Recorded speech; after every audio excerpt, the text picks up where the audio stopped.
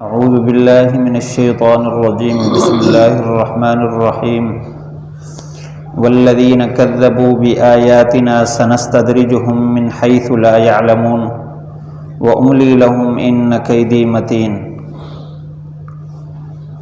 اور وہ لوگ جو ہماری آیات کو جھٹلاتے ہیں ہم ان کو آہستہ آہستہ ایسی جگہ سے پکڑیں گے جن کو وہ جان بھی نہیں سکیں گے،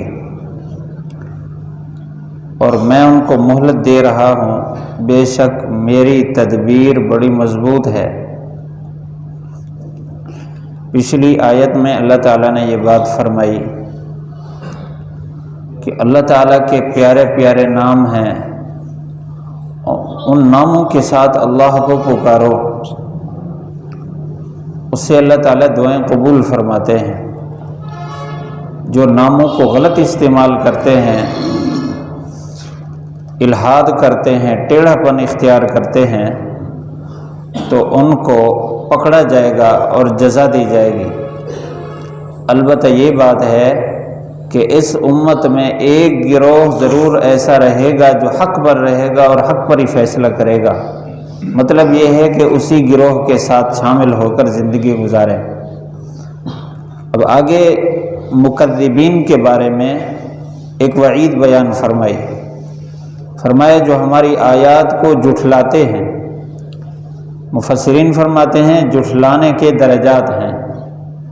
ایک جھٹلانا تو یہ ہے کہ ایمان ہی نہ لایا جائے اس پر، جس طرح مشرکین مکہ، کفار، یہود و نصارہ، جتنے بھی باطل فرقے نظریات ہیں، قرآن مجید کو نہیں مانتے، اللہ کی کتاب، تو یہ ہماری آیات کو جھٹلانا یہ ہے۔ دوسرا کہ ایمان تو ہے لیکن کردار اس کے خلاف ہے، تو یہ ادنا درجے کا جھٹلانا ہے، اگرچہ اس کی پکڑ اس کے برابر نہیں ہے جو ایمان ہی نہیں رکھتے، اس لیے کہ وہ تو ہمیشہ ہمیشہ جہنم میں رہیں گے۔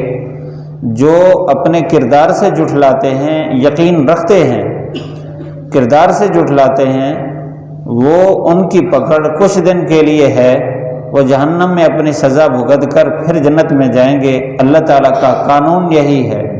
ہاں اللہ تعالیٰ اپنی رحمت سے کسی کو معاف فرما دے تو اس کی رحمت ہر چیز پر وسیع ہے۔ تو فرمایا سنستدرجہم من حیث لا یعلمون، ہم ان کو آہستہ آہستہ پکڑ رہے ہیں ایسی جگہ سے جس کو وہ جان بھی نہیں سکیں گے۔ استدراج کہتے ہیں، اس میں پہلے بھی کئی مجالس میں یہ بات ہوئی ہے، خلاف عادت کوئی کام سرزد ہو تو اس کے جس ہاتھ سے سرزد ہوئے اس کی نسبت سے اس کی کئی قسمیں ہیں۔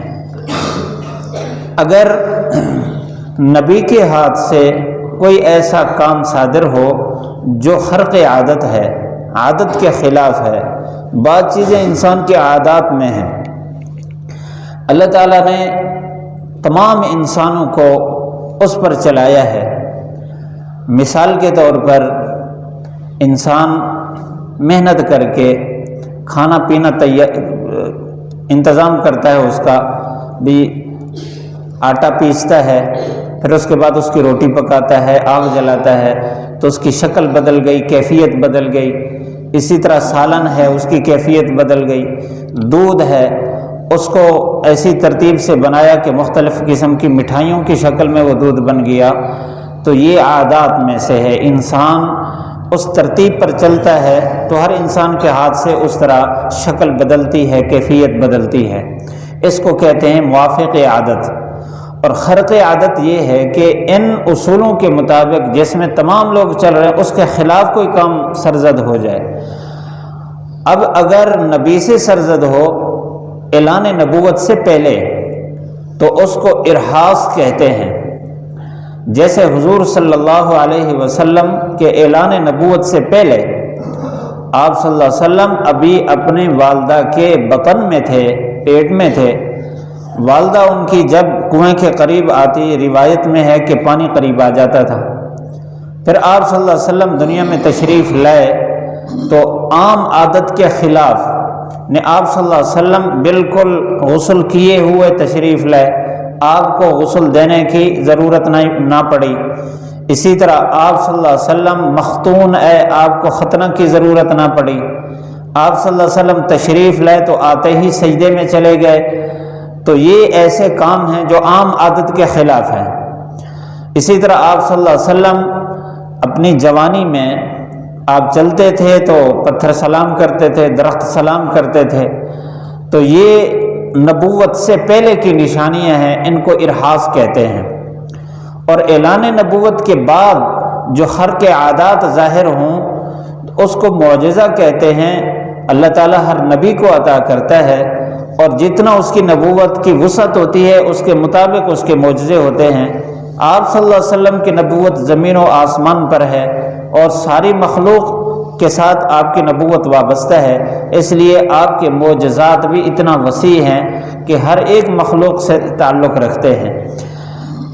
بے شمار ہیں، 3000 سے زیادہ علماء نے آپ صلی اللہ علیہ وسلم کے معجزات تحریر فرمائے، لکھے ہیں، نقل کیے ہیں، اس کو معجزہ کہتے ہیں۔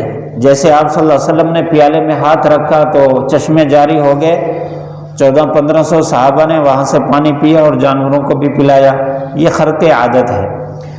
اور ایک ہوتا ہے ایمان والے متقی پرہیزگار کے ہاتھ سے کوئی ایسا کام صادر ہو جو عادت کے خلاف ہے، اس کو کرامت کہتے ہیں۔ جس طرح اللہ تعالیٰ نے قرآن مجید میں حضرت سلیمان علیہ السلام کے ایک امتی کی کرامت کو ذکر فرمایا کہ ایک ایسا اللہ کا بندہ جس نے کہا کہ میں آنکھ جھپکنے سے پہلے یہ بلقیس کا تخت لے آؤں گا، تو وہ جیسے حضرت سلیمان علیہ السلام نے آنکھ جھپکی دیکھا تخت موجود تھا، اس کو کرامت کہتے ہیں۔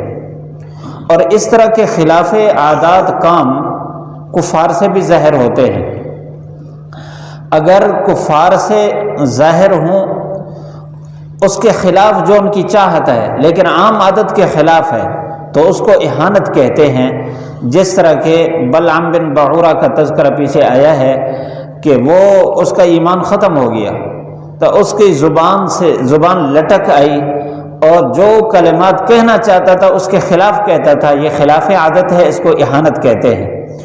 اور اگر ان کی چاہت کے مطابق ظاہر ہو تو اس کو استدراج کہتے ہیں، جیسے وہ چاہتے ہیں۔ جیسے حدیث شریف میں ہے کہ دجال جب آئے گا قیامت کے قریب تو وہ ایک آدمی کو کہے گا تو مر جا، وہ بندہ مر جائے گا، اور مردہ کو کہے گا تو کھڑا ہو جا، تو وہ کھڑا ہو جائے گا۔ اسی طرح وہ جو اس کو نہیں مانے گا اس کو جہنم میں، اس کی اپنی جہنم اس کے ساتھ چل رہی ہوگی، اس کو چلائے گا، جہنم میں ڈالے گا، کہے گا بارش برسے تو بارش برسنے لگ جائے گی۔ اس کو استدراج کہتے ہیں۔ اور استدراج کا جو یہاں معنی ہے وہ ہے استدراج کہ آہستہ آہستہ سے اس کو پکڑ کی طرف لے آنا، جس طرح کسی شکار کو جال کی طرف لے آنے کے لیے اس کو ایسا ہیلے بہانے کیے جاتے ہیں کہ آہستہ آہستہ وہ جال میں پھنس جاتا ہے۔ تو استدراج کا یہاں یہ معنی ہے، سنستدرجہم من حیث لا یعلمون۔ اس کا مطلب ہے کہ جو قرآن مجید کی آیات کو نہیں مانتا، جھٹلاتا ہے، تو اللہ تعالیٰ اس کو بسا اوقات مہلت دیتا ہے اور اس کو اس پر چلاتا رہتا ہے۔ کبھی مال اس کو زیادہ دے دیا، کبھی اس کی شہرت زیادہ ہو گئی، کبھی اس کو عزت زیادہ ملنے لگ گئی، یہ اس کے لیے مہلت ہے۔ اسی کو استدراج کہا کہ اس کو چھوڑا ہوا ہے، اس کی رسی ڈھیلی کی جا رہی ہے کہ مزید آگے، اور اس کو توبہ کا بھی موقع دیا جا رہا ہے۔ جب بہت زیادہ پھنس جاتا ہے تو اس کے بعد پھر اللہ تعالیٰ رسی کھینچتے ہیں، اس کو پکڑتے ہیں کہ وہ ساری انسانیت کے لیے عبرت بن جاتا ہے۔ جیسا کہ فرعون 450 سال زندہ رہا، اتنا اللہ تعالیٰ نے اس کی زندگی لمبی کی ہے، لیکن جب پکڑا ہے تو منہ کے بل گرا دریا کے اندر، منہ اور ناک میں بھی مٹی چلی گئی۔ اسی طرح نمرود کو اللہ تعالیٰ نے ہلاک کیا مچھر کے ذریعے سے، اس کی بھی بڑی عمر تھی، تو اللہ تعالیٰ آہستہ آہستہ سے اس کو جب پکڑتے ہیں اچانک، پھر وہ چھوٹ نہیں سکتا۔ فرمایا وَأُمْلِي لَهُمْ، ہم نے ان کافروں کو مہلت دے رکھی ہے۔ ان قیدی متین، قید مکر دو لفظ بولے جاتے ہیں، مکر اور قید۔ مکر کا معنی بھی تدبیر ہے اور قید کا معنی بھی تدبیر ہے۔ مکر کا معنی ایسی تدبیر جو خفیہ ہو، جس کا علم نہ ہو سکے، اور قید کہتے ہیں ایسی تدبیر کو جس کا علم بھی ہو۔ تو فرمایا کہ میری جو تدبیر ہے بڑی مضبوط ہے، میں جب پکڑتا ہوں تو اس کے بعد پھر چھوٹ نہیں سکتا۔ اس آیت میں ہمارے لیے بہت بڑا سبق ہے، عبرت ہے اور تخویف ہے کہ ہماری زندگی میں کتنی آیات زندہ ہیں، اور اپنے کردار سے، اپنی زبان سے ہم کتنے احکام کو توڑ رہے ہیں۔ یہ توڑنا بھی حکماً جھٹلانا ہے۔ تو اللہ تعالیٰ یہاں تخویف دلا رہے ہیں کہ اگر ان دین کے خلاف چلنے کے باوجود ہماری تجارت بڑھ رہی ہے، ہماری شہرت بڑھ رہی ہے، ہماری صحت بڑھ رہی ہے، تو یہ اللہ تعالیٰ کی رضا کی نشانی نہیں ہے، بلکہ یہ تدریج ہے، استدراج ہے، مہلت ہے۔ اللہ تعالیٰ ہمیں مہلت دے رہا ہے۔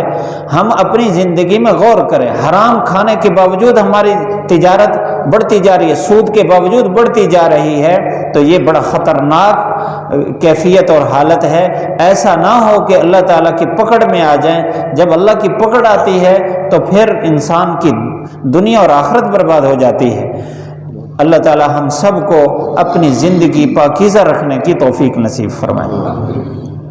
والذین کذبوا بآیاتنا سنستدرجهم من حیث لا يعلمون واملی لهم ان کیدی متین۔